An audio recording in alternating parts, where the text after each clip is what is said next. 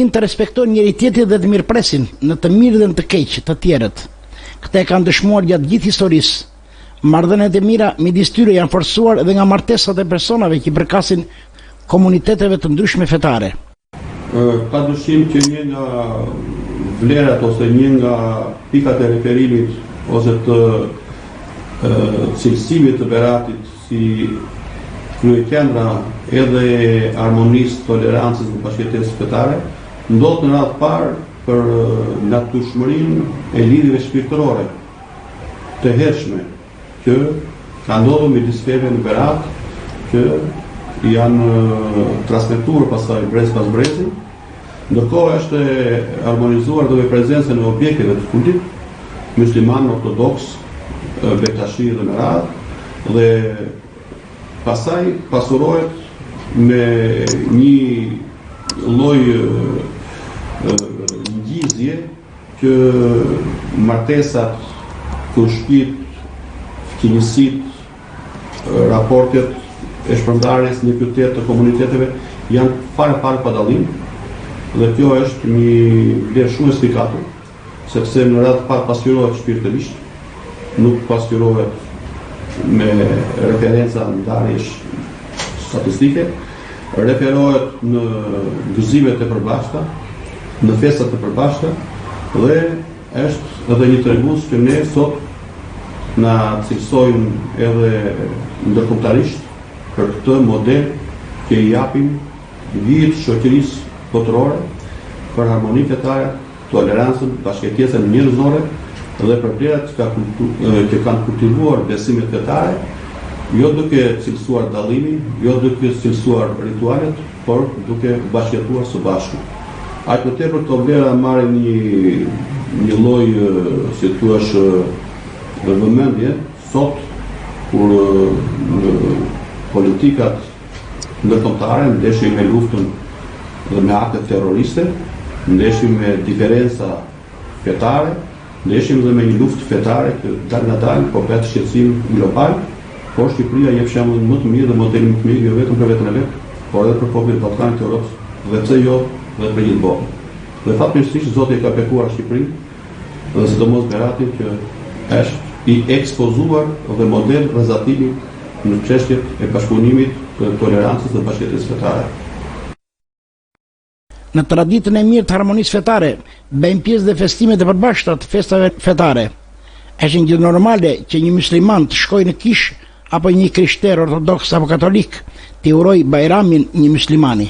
Prania e disa komuniteteve etnokulturore në qytetin e Beratit është pasuri si shpirtërore ashtu edhe materiale. Unë kam parë dhe emisionet e tjera të televizionit Apollon dhe më kanë kënaqur dhe për të po ju falenderoj dhe një.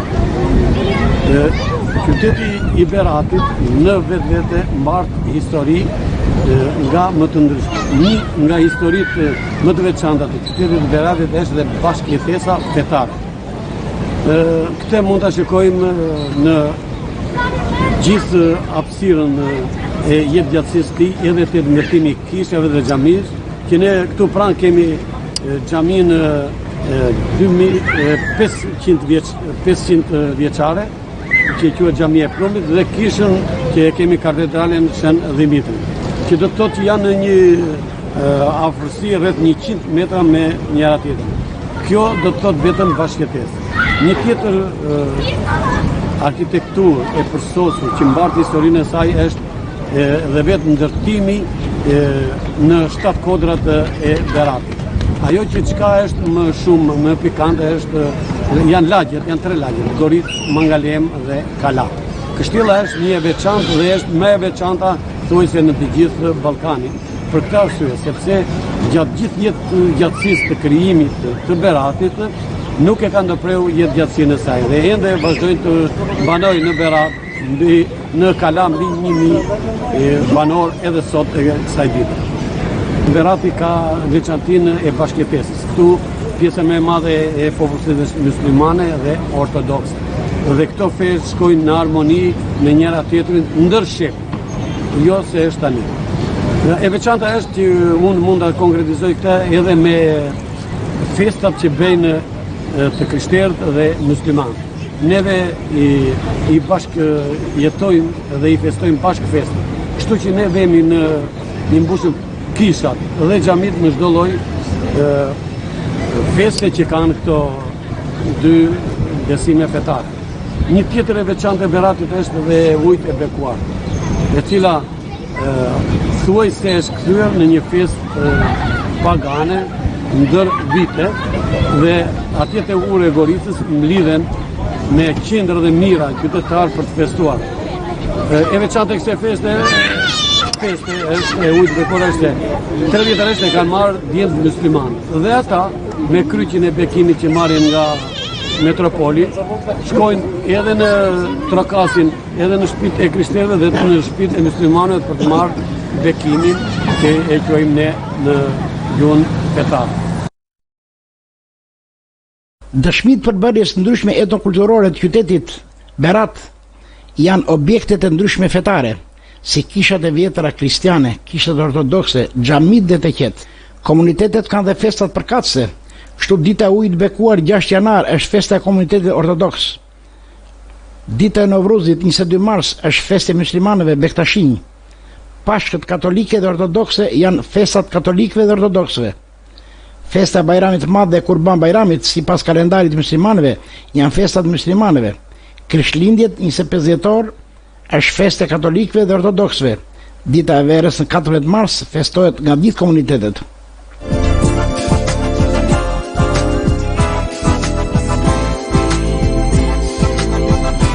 Historikisht Berati ka qenë një qytet me njerëz të arsimuar dhe i zhvilluar ekonomikisht. Ata kanë mundësuar pozicionin gjeografik i favorshëm në krahun juglindor të rajonit perëndimor. Hapja e shumë shkollave që nga viti 1908 nga Bab Dud Karbonara, si dhe në vazhdim, numri i madh i shkollave në kohët e sotme tregon për një popull arsimdashës. Gjimnazi Babdud Karbonara është një gjimnazi i hershëm, është gjimnazi kryesor i qytetit Beratit dhe i rrethit Beratit, është një gjimnaz elitar i cili ka nxjerrë shumë breza mësuesish deri në vitet 70 kur ka qenë shkollë pedagogjike, ndërsa tani ai vazhdon me një strukturë të një gjimnazi klasik elitar. Ky gjimnaz është çelur për të parë në vitin 1956 dhe në këtë godin ku ndodhet sot është me një formatim të një gjimnazi me klasa me një strukturë të qartë të plotë me 25 klasa sot ku mësojnë 793 nxënës në këtë gjimnaz sot. Nga përllogaritet që kemi bërë ne, ky gjimnaz ka nxjerrë deri në vitet 70 nxënës të pedagogjikes paralel dhe me gjimnazin, përgatitës e mësues, ndërsa tani ky nxjerr vetëm në gjimnazist. Nga përllogaritet tona numërohen rreth 13.000 maturantë të cilët kanë dalë nga kjo shkollë. Dhe duke qenë gjimnaz elitar, ky është ide dhe ka konkuruar në nivel kombëtar në arritje shumë të mëdha. Po përmend nuk po vetëm shumë larg, po përmend arritjet e viteve të fundit. Në vitin 2011 ky gjimnaz ka zënë vendin e 3 në nivel kombëtar. Dhe ka nxjerrë maturantin më të mirë në Shqipëri. Ndërsa vitin e kaluar ky gjimnaz ka dalë nxënësi i dytë në Olimpiadën Kombëtare të Biologjisë dhe nxënësi në vendin e tretë në Olimpiadën Kombëtare të Fizikës. Këto janë arritje të shkëlqyera të këtij gjimnazi i cili e ruan atë vlerë të madhe që ka krijuar ky komunitet si gjimnaz elitar dhe si komunitet arsimdashës. Ky ka nxjerrë shumë mësues, madje këtu e kanë bërë pedagogjikë e kësaj shkolle, kanë ardhur nga shojse nga gjitha rrethet e Shqipërisë jugore dhe të Trevës son. Madje pedagogjikas nga Përmeti, nga Tepelena, nga Mallakastra, nga Çorovota, Përçova, Lushnja, Skrapari dhe vetë Berati. Dhe ka qenë një shkollë pedagogjike shumë e strukturuar dhe e cila përgatiste mësues dinjitoz në arsimin për arsimin tonë para universitar. Ndërsa këto vitet e fundit është orientuar si gjimnaz klasik, cilësor dhe me vlera të jashtëzakonshme të komunitetit. Prurjet natyrore të komunitetit të ky gjimnaz janë cilësore dhe janë shumë arsimdashëse, se vetë qyteti i Beratit është një qytet arsimdashës i cili e kërkon këtë cilësi dhe standard që ky gjimnaz i plotëson në mënyrën më të mirë mundshme. Berati ka histori nga më të veçante dhe njerëzore. Dhe unë mund përmend shumë nga këta, po për momentin po them Vexhi Buaraj është një personalitet i Beratit, i cili është një nga përkthyesit e Shënames e Gylistani e Bostani e të tjera vepra të kësaj natyre me përmasa botërore. Kemi dhe shumë ngjarje historike të luftave të botërore, cili do pushtu si ka ardhur në Berat në këto 2014 vjet, Beratin e ka ruajtur sikur e ka qytetin e tij. Edhe nazifashistët nuk e prishin, edhe në luftën e parë botërore Berati nuk është shkatruar. Pra konsiderohet një qytet paqësor. Berati është qyteti më paqësor për kulturën, për historinë dhe për legjendat. Qyteti i Beratit është qytet muze. Në të mund të gjesh të konkretizuara të gjitha periudhat historike. Në Kala mund të gjesh gjurmë të antikitetit të mesjetës, ndërsa në pjesën poshtë të Kalas mund të gjesh banesa karakteristike kur Berati ndodhej në perëndorinë osmane dhe deri në ditët tona.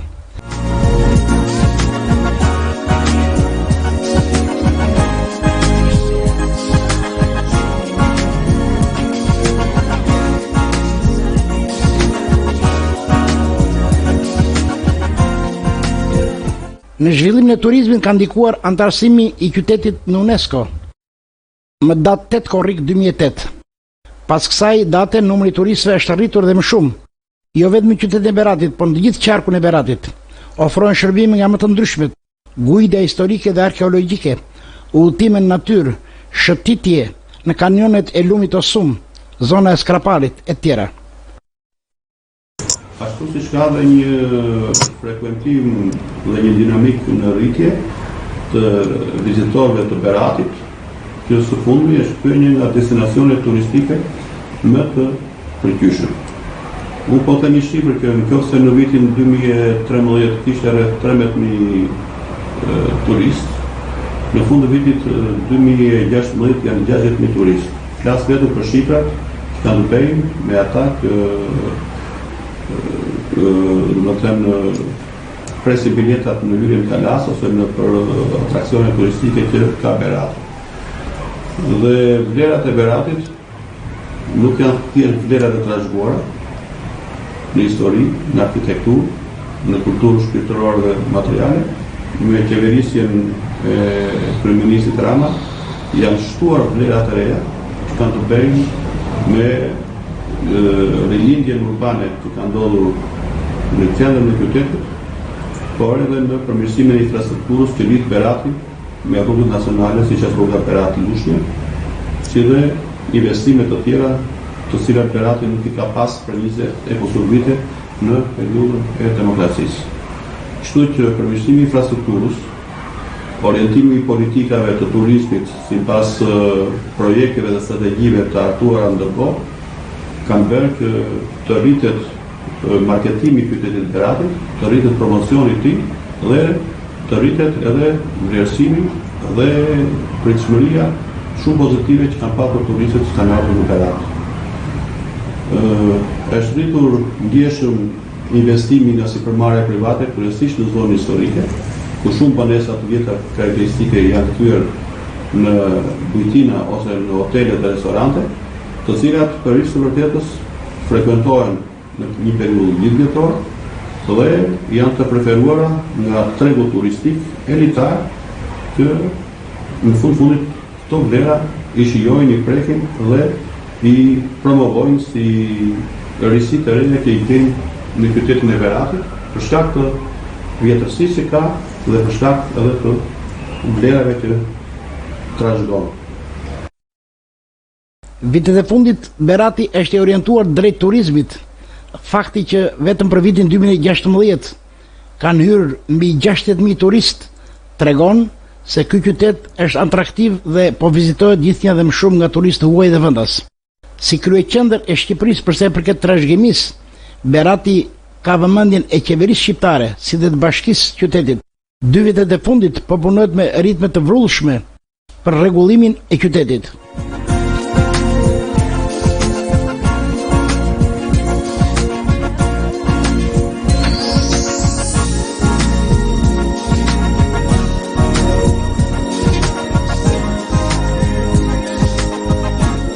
Qeveria shqiptare në projektet e saj nëpërmjet financimit në Fondin e Zhvillimit të Rajoneve e ka financuar tërësisht projektin që i shton Beratit pedonalen më të gjatë që nga ura e Goricës deri te Sadrymeri, si dhe gjithë lotet e tjera që përfshihen në projekt kanë bëjë me hapësirat e qelpra, me zhvillimin e bizneseve që përfshihen në akset kryesore të qendrës së qytetit, me rregullimin e trafikut duke i larguar mjetet e rënda nga qendra e qytetit dhe unë mund të them që është ka përfishuar përfitueshmëria e bizneseve që janë në aksin kryesor të qendrës nga fakti i projektit që ka të bëjë jo thjesht me përmirësimin e infrastrukturës, por ka të bëjë me një zhvillim të qëndrueshëm të biznesit dhe përfitueshmërinë e lartë që kanë bizneset nga frekuentimi i lokaleve dhe nga shumëllojshmëria e bizneseve që zhvillojnë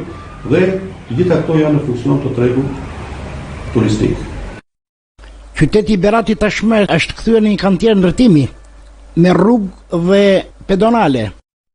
Një vëmendje të veçantë do të ketë rregullimet mbi lumin Osum me urat lidhëse me lagjen e përtejme të Goricës, si dhe hapësira të gjelbërta.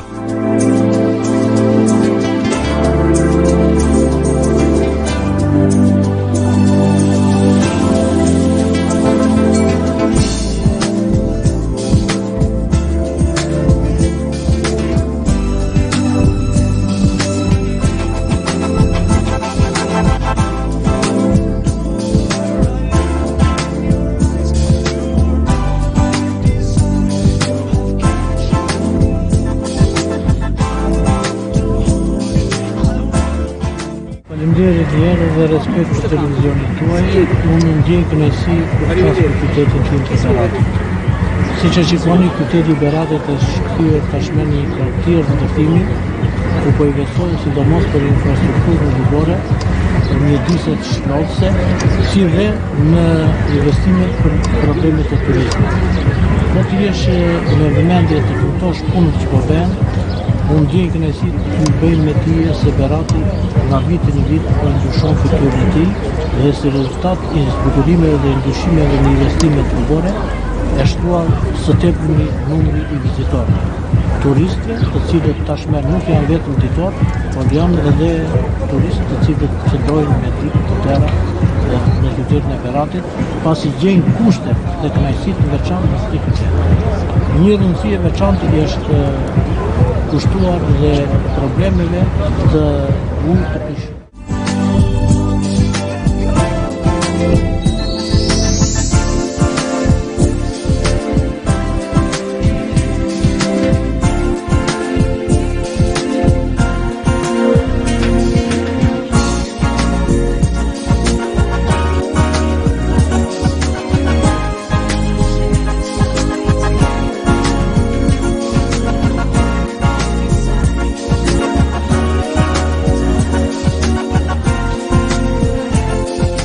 Banesat karakteristike të qytetit Beratit gjenden edhe në qytetet tjera të Shqipërisë, pasi ato janë ndërtuar kryesisht në kohën kur Shqipëria ishte në nënsundimin e perandorisë osmane.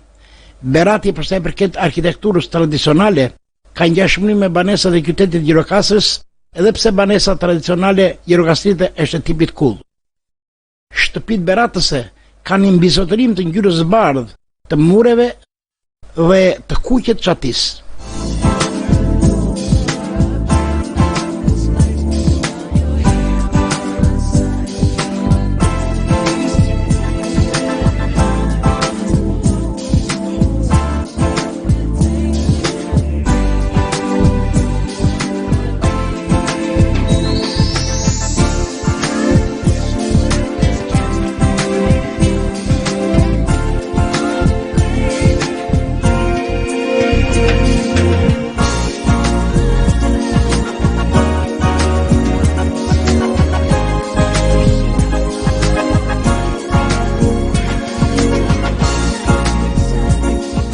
pamjen e sotme qyteti filloi ta merrte në shekullin 18, megjithëse shumë ndërtime të tij u shkatërruan nga tërmeti i vitit 1851.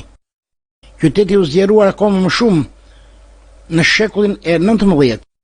Gjurmë të ndërtimeve të këtyre shekujve i gjen sot në lagjet muzeale: Mangalem, Goric, Kala dhe Murat Çelepias. Me vendosjen e komunizmit, disa nga ndërtimet e vjetra u zvendësuan me të reja, ndërkohë që ndërtimet të tjera i ushtuan qytetit. Dhe sot qyteti po zgjerohet dhe pasurohet me ndërtime të reja, me pedonale gjigande, rrugë parqet gjelbëruara dhe në tërësi infrastruktura e nevojshme e qytetit.